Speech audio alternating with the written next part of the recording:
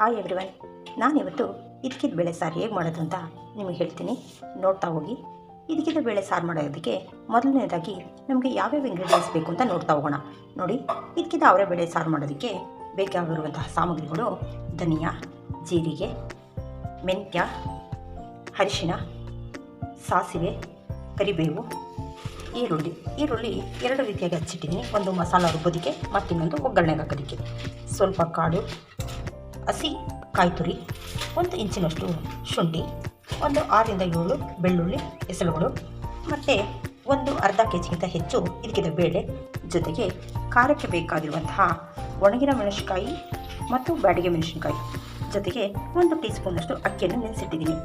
ಯಾತಕಪ್ಪ ಅಕ್ಕಿಯನ್ನು ಹಾಕ್ತೀವಿ, ಯಾವ ಟೈಮಲ್ಲಿ ಹಾಕ್ತೀವಿ ಅಂತ ನಾನು ನಿಮ್ಗೆ ಆಮೇಲೆ ತಿಳಿಸ್ತಾ ಹೋಗ್ತೀನಿ. ಜೊತೆಗೆ ಒಗ್ಗರಣೆಗೆ ಬೇಕಾಗಿರುವಷ್ಟು ಎಣ್ಣೆ. ಈಗ ಮೊದಲನೇದಾಗಿ ನಾವೇನು ಮಾಡಬೇಕಪ್ಪ ಅಂದರೆ, ಈ ಸಾಂಬಾರು ಮಾಡೋದಕ್ಕೆ ಒಂದು ಮಸಾಲವನ್ನು ರೆಡಿ ಮಾಡ್ಕೊಳ್ಬೇಕು. ಆ ಮಸಾಲ ಹೇಗೆ ರೆಡಿ ಮಾಡಬೇಕು ಅಂತ ಈಗ ಹೇಳ್ತಾ ಹೋಗ್ತೀನಿ, ನೋಡ್ತಾ ಹೋಗಿ. ಮೊದಲಿಗೆ ಸ್ಟವ್ ಹಚ್ಚಿ ಅದಕ್ಕೆ ನಾವು ಈ ಮಸಾಲೆಯನ್ನು ತೆಗೆದಿಟ್ಟಿರುವಂತಹ ಒಂದೊಂದೇ ಸಾಮಗ್ರಿಗಳನ್ನ ಹುರ್ಕೊಳ್ತಾ ಹೋಗೋಣ. ಮೊದಲಿಗೆ ಒಂದು 4 ಸ್ಪೂನ್ನಷ್ಟು ಧನಿಯಾವನ್ನು ಹಾಕ್ತೀನಿ. ಅದನ್ನು ಹೆಚ್ಚು ಕಪ್ಪಗಾಗೋವರೆಗೂ ಹುರಿಬಾರ್ದು, ಸ್ವಲ್ಪ ಸ್ಮೆಲ್ ಬರಬೇಕು, ಲೈಟ್ ಬ್ರೌನ್ ಆಗಬೇಕು, ಅಷ್ಟು ಹುರಿದ್ರೆ ಸಾಕಾಗುತ್ತೆ. ಈಗ ನಂತರ ಜೀರಿಗೆ ಹಾಕಿಟ್ಟಿದ್ದೀನಿ. ಅದು ಅಷ್ಟೇ, ಯಾವ ಮಸಾಲ ಸಾಮಾನುಗಳು ಸಹ ತುಂಬ ಉರಿಬಾರ್ದು, ಅದು ಸಾಂಬಾರು ಕಪ್ಪಾಗುತ್ತೆ, ಜೊತೆಗೆ ಅದು ತನ್ನ ಬಣ್ಣವನ್ನು ಕಳ್ಕೊಂಡ್ಬಿಡುತ್ತೆ. ಎಲ್ಲವನ್ನು ಕರೆಕ್ಟಾಗಿ ಒಂದೇ ಹದದಲ್ಲಿ ಹುರಿಬೇಕು.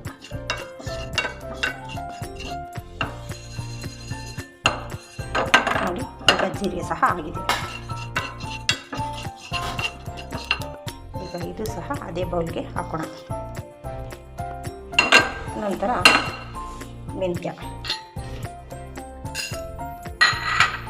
ಮೆಂತ್ಯವನ್ನು ಸಹ ಒಂದು 2 ರಿಂದ 3 ಸೆಕೆಂಡ್ ಆ ಪಾತ್ರೆ ಬಿಸಿಲೇ ಆಗುತ್ತೆ.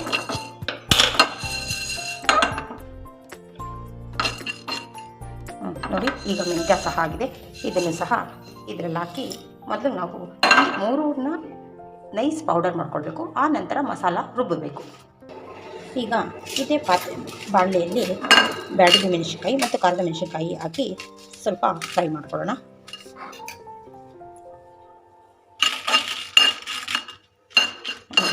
ಇದೇ ಒಟ್ಟಿಗೆ ಇದ್ರ ಜೊತೆಲೆ ಖಾರದ ಮೆಣಸಿನಕಾಯಿ ಸಹ ಹಾಕಿದ್ದೀನಿ.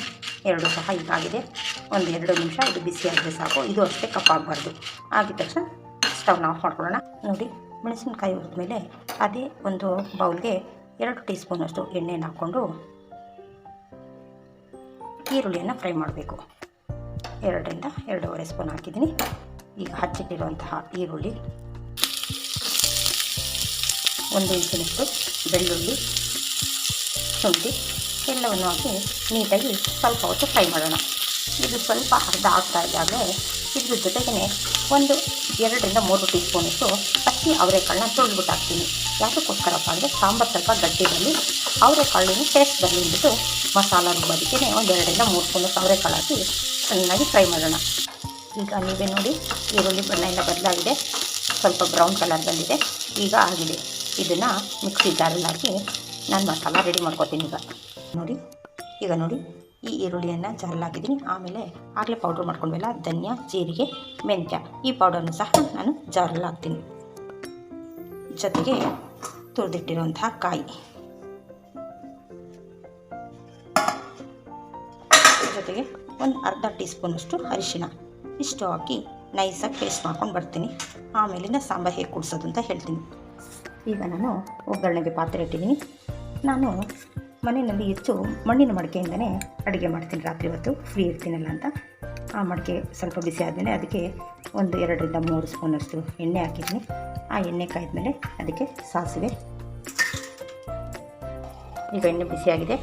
ಈಗ ಸಾಸಿವೆ ಹಾಕ್ತಾಯಿದ್ದೀನಿ.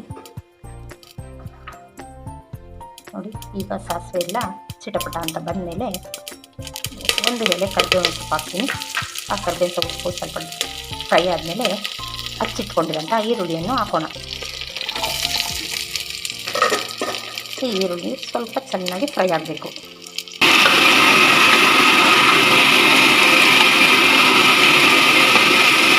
ನೋಡಿ, ಈರುಳ್ಳಿ ಎಲ್ಲ ಚೆಂದ ಫ್ರೈ ಆಗಿದೆ. ಈರುಳ್ಳಿ ಫ್ರೈ ಆದಮೇಲೆ ಈ ಅವರೆಕಾಳು ತೊಳೆದಿಟ್ಟಿದ್ವಲ್ಲ ಇನ್ನೊಂದು ಏನಪ್ಪ ಅಂದರೆ ಈ ಅವರೆಕಾಳನ್ನ ನಾವು ಸ್ವಲ್ಪ ಬಿಸಿ ನೀರಲ್ಲಿ ತೊಳೆದ್ಬಿಟ್ಟು ಹಾಕಬೇಕು.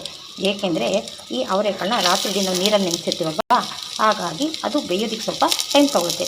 ಅದಕ್ಕೋಸ್ಕರ ಬಿಸಿನೀರಲ್ಲಿ ನಾವು ತೊಳೆದ್ಬಿಟ್ಟು ಹಾಕಿದ್ರೆ ಬೇಗ ಬೇಯುತ್ತೆ. ಅದಕ್ಕೋಸ್ಕರ ನಾವು ಈ ಒಗ್ಗರಣೆಗೆ ಹಾಕೋಕ್ಕಿಂತ ಮುಂಚೆ ಸ್ವಲ್ಪ ಬಿಸಿ ನೀರು ಕಾಯಿಸ್ಬಿಟ್ಟು ಬಿಸಿ ನೀರಲ್ಲಿ ಹಾಕಿ ತೊಳೆದ್ಬಿಟ್ಟು ಇದನ್ನು ಹಾಕಿದ್ರೆ ಬೇಗ ಬೇಯುತ್ತೆ. ಹಾಕ್ಬಿಟ್ಟು ಒಂದು 2 ನಿಮಿಷ ಇದನ್ನು ಈ ರೀತಿ ತಿರುಗಿಸ್ತಾ ಇರಿ, ಒಗ್ಗರಣೆಲಿ ಬೇಯುತ್ತೆ. ಕಾಳನ್ನ ಸುಮ್ಮನೆ 1 ನಿಮಿಷ ಅದರಲ್ಲಿ ಒಗ್ಗರಣೆಲಿ ಬೇಯಿಸಿದ್ರೆ ಸಾಕು. ಆಮೇಲಿಂದ ನಾವು ರುಬ್ಬಿಟ್ಕೊಂಡಿರೋಂಥ ಮಸಾಲ ನೋಡಿ, ಆ ಮಸಾಲ ಇದರಲ್ಲಿ ಹಾಕಿ ಈ ಕಾಳೆಲ್ಲ ಮಸಾಲನಲ್ಲೇ ಬೇಯಬೇಕು. ಯಾಕೆಂದರೆ ಆಗಲೇ ಇಕ್ಕಿದ ಬೇಳೆ ಪರಿಮಳ ಮತ್ತು ರುಚಿ ಬರೋದು. ಮಸಾಲೆ ಎಲ್ಲ ಹಾಕಿದ್ದೀನಿ.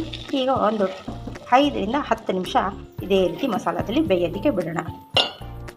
ನೋಡಿ, ಆಗಲೇ ಮಸಾಲ ರುಬ್ಬಿದ್ವಲ್ಲ, ಅದ್ರ ಜೊತೆ ನಾವು ಮೆಣಸಿನ್ಕಾಯಿ ಹಾಕ್ಬಾರ್ದು. ಏಕೆಂದರೆ ಮೊದಲು ಖಾರ ಹಾಕಿದ್ರೆ ಕಾಳು ಬೇಯೋದಕ್ಕೆ ಲೇಟ್ ಆಗುತ್ತೆ. ಅದಕ್ಕೋಸ್ಕರ ಆ ಉಳಿದಿರೋ ಮಸಾಲವನ್ನು ಸ್ವಲ್ಪ ತೆಗೆದಿಟ್ಕೊಂಡಿದ್ದೀನಿ.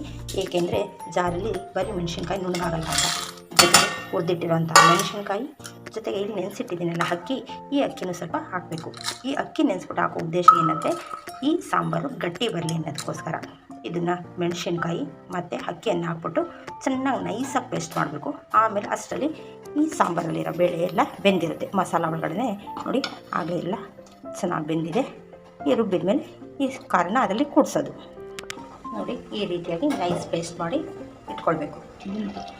ನೋಡಿ, ಈಗ ಕಾಳೆಲ್ಲ ಬೆಂದಿದೆ, ಘಮ ಘಮ ಅಂತ ಸ್ಮೆಲ್ ಬರ್ತಾಯಿದೆ.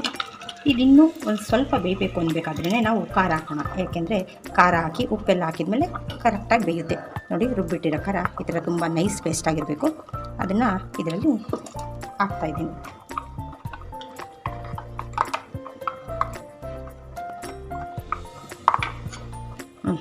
ಹೀಗೆಲ್ಲನೂ ಚೆನ್ನಾಗಿ ಮಿಕ್ಸ್ ಮಾಡಿ ನಮಗೆ ಯಾವ ಕನ್ಸಿಸ್ಟೆನ್ಸಿ ಬೇಕೋ ಅಷ್ಟು ನೀರು ಹಾಕಿ ಮತ್ತೆ ಜಾರನ್ನ ತೊಳೆದ್ಬಿಟ್ಟು ಹಾಕ್ತೀನಿ.